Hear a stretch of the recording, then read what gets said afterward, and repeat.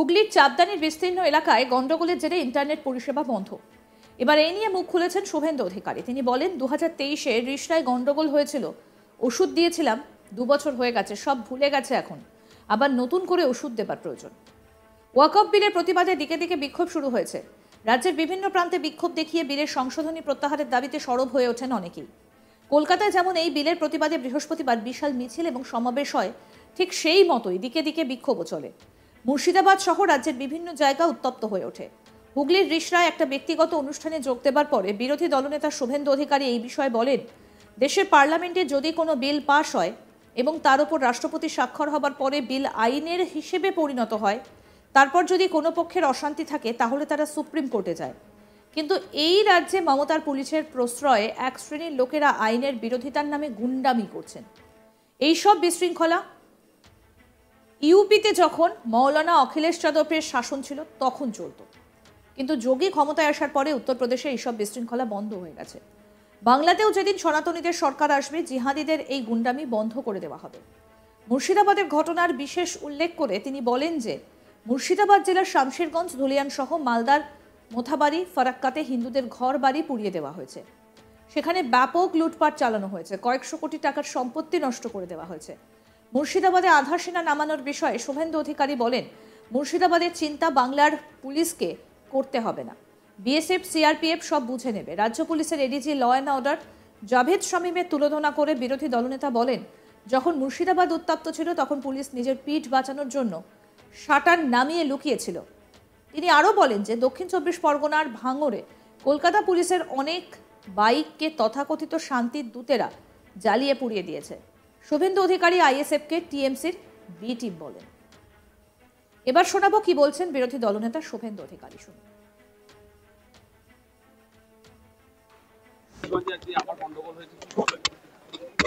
Major গন্ডগোল করার চেষ্টা করছে, ভয়ের পরিবেশ রেখেছে।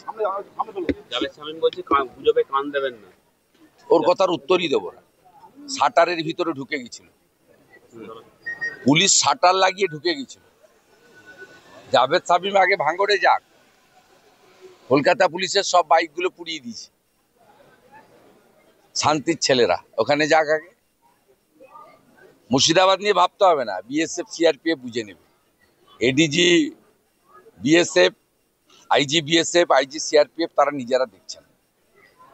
প্রায় 20 কোম্পানি ডিপ্লয়মেন্ট হয়ে গেছে। কোবরা ব্যাটালিয়ান, ডেল্টা ব্যাটালিয়ান, সমস্ত জায়গায় প্রচন্ড ভয়ের পরিবেশ আছে। যতক্ষণ সেন্ট্রাল ফোর্স থাকবে কিছু করতে পারবে না। 17 তারিখে আমার লয়াররা কোর্টে বলবে যাতে সেন্ট্রাল ফোর্স আরো বেশ কিছুদিন থাকে। যোগ্য শিক্ষকরা বলছে যে সিবিআই তদন্ত ঠিকমতো হয়নি। কে যোগ্য? যারা এই চাকরি হারিয়েছে। কে, নাম কি? যোগ্যদের মধ্যে অনেক রকম আছে। যিনি বলছেন তিনি যোগ্য, তার প্রমাণ কি? নাম বলবেন তো? মমতার যোগ্য? ওই মেহবুব যিনি ওই র্যাঙ্ক জাম্প করে চাকরি পেয়েছেন, দিল্লি পাঠিয়েছে তৃণমূল ইনভেস্ট করে গাড়ি ভাড়া দিয়ে। সব খেলা চলবে না। আমরা 2016 সালের 23 লক্ষ চাকরি প্রার্থীর পক্ষে। দুদিন আগে তাদের 23 লক্ষ বেকার যুবক যুবতীর সঙ্গে অন্যায় করা হয়েছে। वक्फ बिल को लेकर देश पूरे राज्य भर में দুদিন আগে চাপদানিতে গন্ডগোল হয়েছে। কোথায়? ধর্মতলা তো যায়নি তো, শিয়ালদা থেকে ধর্মতলা পর্যন্ত কোথায় এসছে? তো রামলীলা ময়দানে শেষ করেছে। কথা ছিল কি হয়েছে বলবেন তো, সত্যি কথা বলবেন তো। ধর্মতলা পর্যন্ত তো আসেনি, পুলিশ আসতেও দেয়নি, ওরা আসতেও চায়নি। এ তৃণমূলের বিটি মেয়েরা। দাদা, দুদিন আগে চাপদানিতে বিশাল একটা গন্ডগোল হয়েছে। এখনো পর্যন্ত ইন্টারনেট বন্ধ, ইন্টারনেট পরিষেবা বন্ধ রয়েছে প্রতিবাদী এলাকায়। গন্ডগোল হয় তো, হলে তার ওষুধও দিতে হয়। 23 সালে গন্ডগোল হয়েছিল না রামনবমীতে? বিরোধী দলনেতা শুভেন্দু অধিকারীকে পাল্টা দিলেন হুগলি জেলা তৃণমূলের সভাপতি ও বিধায়ক অরিন্দম গুইল। তিনি জানান যে এই বাংলায় বিরোধীদের কোনো অস্তিত্ব নেই। বাংলায় সিপিএম কংগ্রেস শূন্য। বিজেপিকে বাংলার মানুষ বারবার প্রত্যাখ্যান করেছে। বিগত লোকসভা বিধানসভা নির্বাচনে আমরা দেখে আসছি বিজেপিকে বারবার মানুষ প্রত্যাখ্যান করছে। কিন্তু তারা এই প্রচেষ্টা চালিয়ে যাচ্ছে কিভাবে বাংলাকে কলুষিত করবে। মুখ্যমন্ত্রী ইমেজকে কামিলিমা লিপ্ত করবে, কিন্তু বাংলার মানুষ একমাত্র মমতা ব্যানার্জির ওপর বিশ্বাস করে। বিজেপি ধর্মের নামে ভারতবর্ষকে ভাগ করার চেষ্টা করে, হিন্দু ধর্মেও বিভেদ সৃষ্টি করে। তৃণমূলের সভাপতি অরিন্দম গুইন কি বলছেন, এবার সেটা শুনবো। বিরোধীরা কি করে গেছে 34 বছরে, কে কি করেছে, অন্যান্য রাজ্যে বিজেপিরা কি করছে, সিপিএম কি করে গেছে, এ তো মানুষকে শেখাতে হবে না, বলতে হবে না। কাজেই তাদের কাছে তারা এখন শূন্য, সিপিএমের জায়গা এখন শূন্য, কংগ্রেস এখন শূন্য। আর বিজেপি বাংলা থেকে বারবার প্রত্যাখ্যিত হচ্ছে, মানুষ তাকে প্রত্যাখ্যান করেছে, তারা বুঝে গেছে তাদের কোনো বাংলায় স্থান নেই, জায়গা নেই। কাজেই তারা এখন অনেকভাবে চেষ্টা করছে কী করে বাংলাকে কালিমা লিপ্ত করবো, কলুষিত করবো, কীভাবে মমতা ব্যানার্জিকে কালিমা লিপ্ত করবো। তারা এই চেষ্টা, আপ্রাণ চেষ্টা তারা খুব বিগত কয়েক বছর ধরে চালিয়ে আসছে।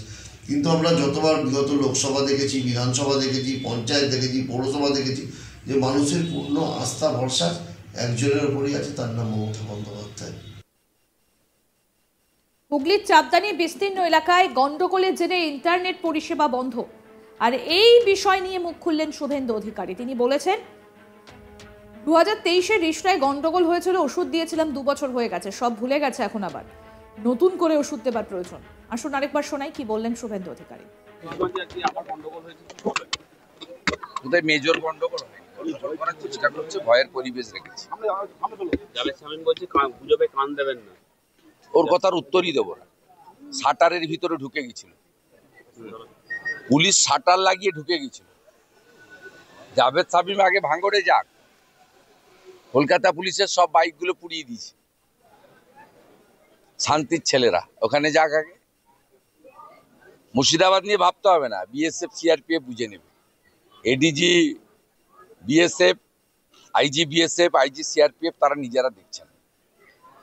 প্রায় 20 কোম্পানি ডিপ্লয়মেন্ট হয়ে গেছে, কোবরা ব্যাটালিয়ান, ডেল্টা ব্যাটালিয়ান, সমস্ত জায়গায় প্রচন্ড ভয়ের পরিবেশ আছে। যতক্ষণ সেন্ট্রাল ফোর্স থাকবে কিছু করতে পারবে না। 17 তারিখে আমার লয়াররা কোর্টে বলবে যাতে সেন্ট্রাল ফোর্স আরো বেশ কিছুদিন থাকে। যোগ্য শিক্ষকরা বলছে যে সিবিআই তদন্ত ঠিকমতো হয়নি। কে যোগ্য? যারা এই চাকরি হারিয়েছে। কে, নাম কি? যোগ্যদের মধ্যে অনেক রকম আছে, যিনি বলছেন তিনি যোগ্য তার প্রমাণ কি? নাম বলবেন তো? মমতার যোগ্য? ওই মেহবুব যিনি ওই র্যাঙ্ক জাম্প করে চাকরি পেয়েছেন, দিল্লি পাঠিয়েছে তৃণমূল ইনভেস্ট করে গাড়ি ভাড়া দিয়ে। সব